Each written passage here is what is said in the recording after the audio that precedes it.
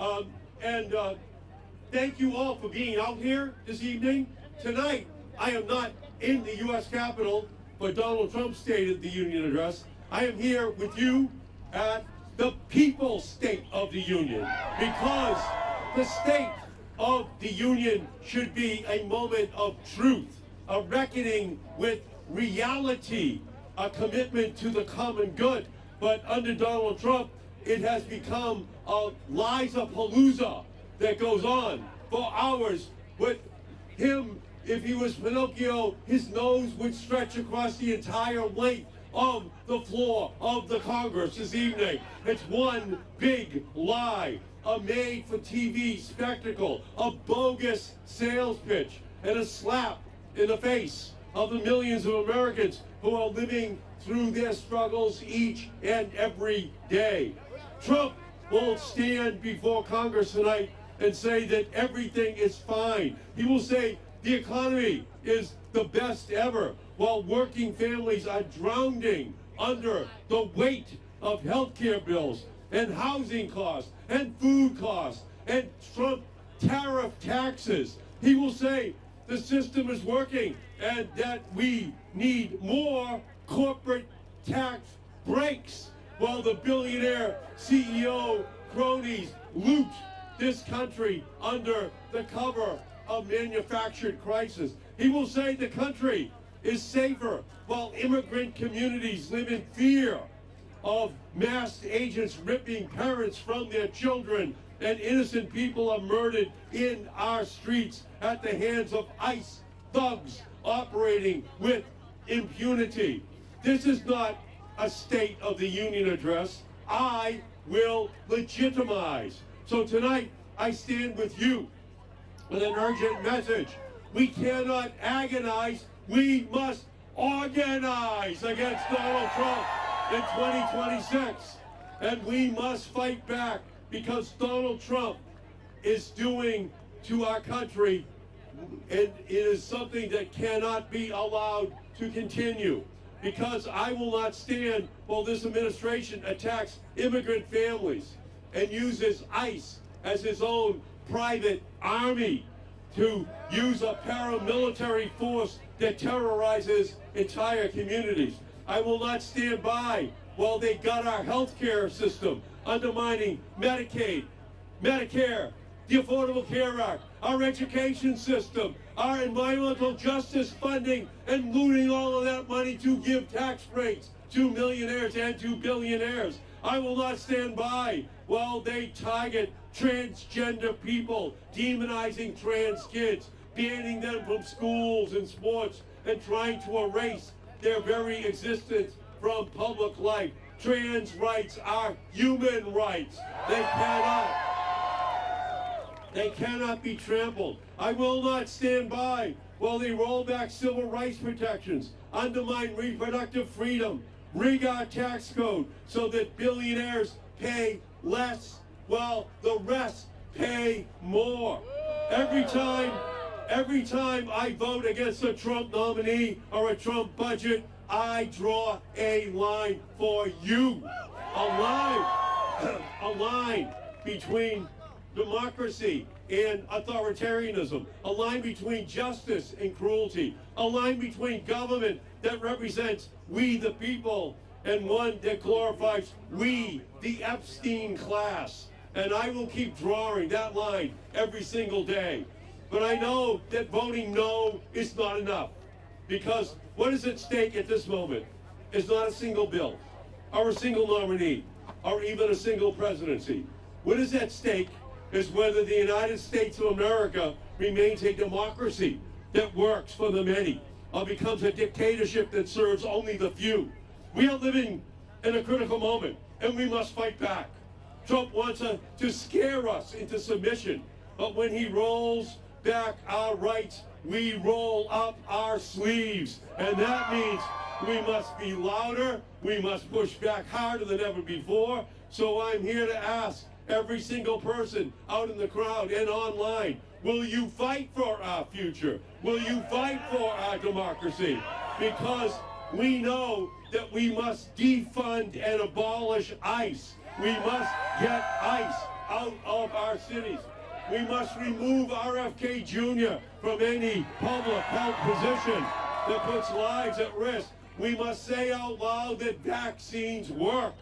We must fire Kristi Noem and Kash Patel for their lawlessness and complicity in the crimes that we have seen committed right before our eyes. We must reverse Trump's disastrous tax cuts for the wealthy and instead invest that in relief for working families. And we must save Medicare and Social Security and expand funding for Medicaid. We don't need endless warfare. We need universal health care. We need Medicare for all. The real security Americans need is a livable future.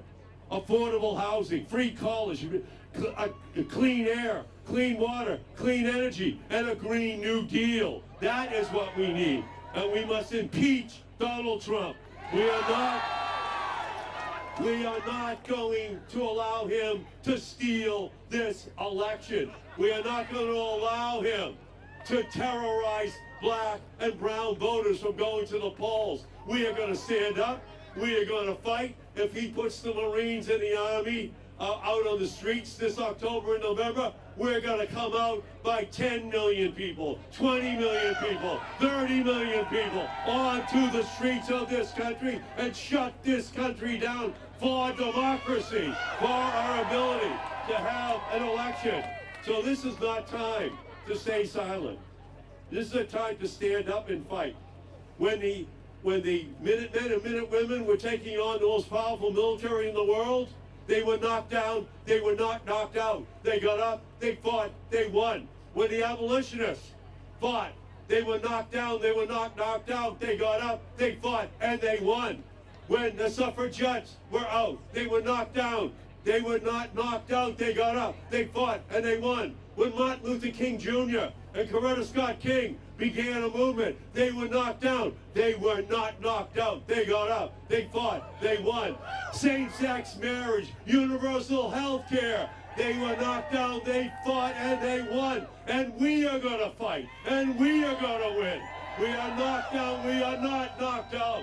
This is a fight that we are going to win because we know in this country that this progress has never come from silence. It has never come from surrender. It has never come from sitting on the sidelines. It comes because people get up and they fight and they win. So that is what tonight is all about. It has come from people, ordinary people, standing together and saying, enough to corruption, enough to cruelty, enough to policies that sacrifice the vulnerable for the powerful, because our power is not in the Oval Office. It is not a billionaire CEO's bank account. It is not a corporate boardroom. Our power is in the movement. It's on the streets of this country. It's our voices, it's our votes, it's our willingness to stand together, to fight for those who are most vulnerable in our society, to fight for our democracy itself. So let's leave here tonight saying we're ready to organize. We're ready to galvanize. We are ready to fight, not just for ourselves, but for the generations to come. Because we will stand together and we will win. So thank you all so much for being here. And I'm going to read briefly a statement from Gladys Vega from Chelsea, Massachusetts, whose plane was stranded on the runway of Logan Airport and could not be here tonight. But this is her statement. As president of La Collaborativa, the largest Latin-led organization in Massachusetts, I'm grateful for the opportunity to address all of you tonight, even though I can't be there. Based in Chelsea, Massachusetts, we represent one of the communities hardest hit by the cruel, unjust tactics of ICE. In communities like Chelsea, the disappearance of loved ones is occurring every single day. Fear paralyzes the daily lives of countless residents, including those that protected us during COVID-19 and currently sustain the economy. In our city's downtown and storefronts, they are quiet, and sidewalks are desolate, with local businesses grinding to a halt. The Chelsea School District reports a major decline in enrollment and widespread absences, resulting in a budget deficit that will deprive children of education for future generations. Housing and infrastructure projects, a priority of Massachusetts, are collapsing, furthering unemployment and hardship. In communities like Chelsea, people are vanishing into thin air. Quiet mornings are punctuated by jarring violence. Students are assaulted by ICE agents sitting outside the high school. Hard-working residents are torn from their vehicles in front of their children. Families hopelessly search for signs of their loved ones who have stopped answering their phones, stopped replying to texts. They frantically call hospitals, scour social media, and come to La Collaborativa. This is the message of Gladys Vega to America tonight. It is that this must stop. This is un-American. It is illegal. It is unconstitutional. And the people are going to rise up and fight for Gladys Vega and all of those poor people who today need to know that the People's State of the Union is the beginning of a long fight that is going to result in the end of Republican control of the House of Representatives and the Senate in the United States of America in 2026. Thank all of you for being out here tonight. Thank you for your willingness to stand and fight. Thank you.